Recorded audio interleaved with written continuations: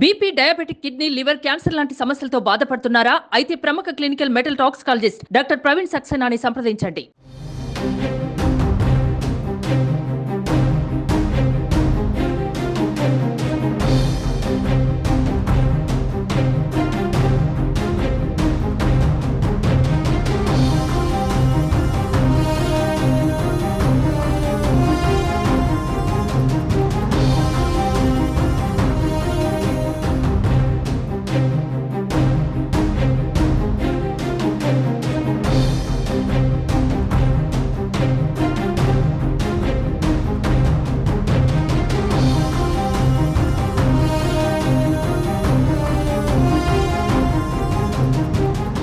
ఏపీలో పోలింగ్ ముగిసిన హింసాత్మక ఘటనలు మాత్రం ఆగడం లేదు.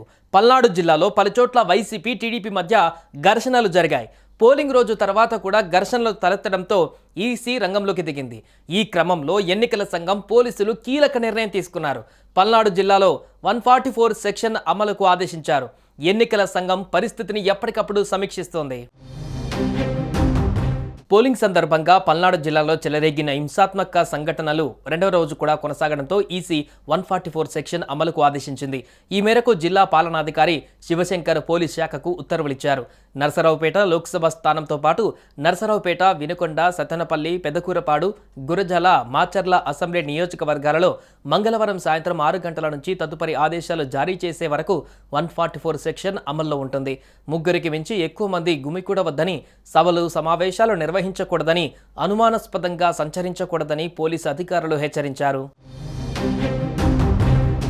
టీడీపీ, వైసీపీ పక్షాల మధ్య జరిగిన అల్లర్లతో పలు ప్రాంతాలలో హింసాత్మకంగా మారాయి. దీంతో పల్నాడు జిల్లాలో సెక్షన్ 144 విధిస్తూ కలెక్టర్ ఉత్తర్వులు జారీ చేశారు. అంతకుముందు పల్నాడు జిల్లాకు అదనపు బలగాలు తరలించాలని ఎన్నికల సంఘం ఆదేశించింది.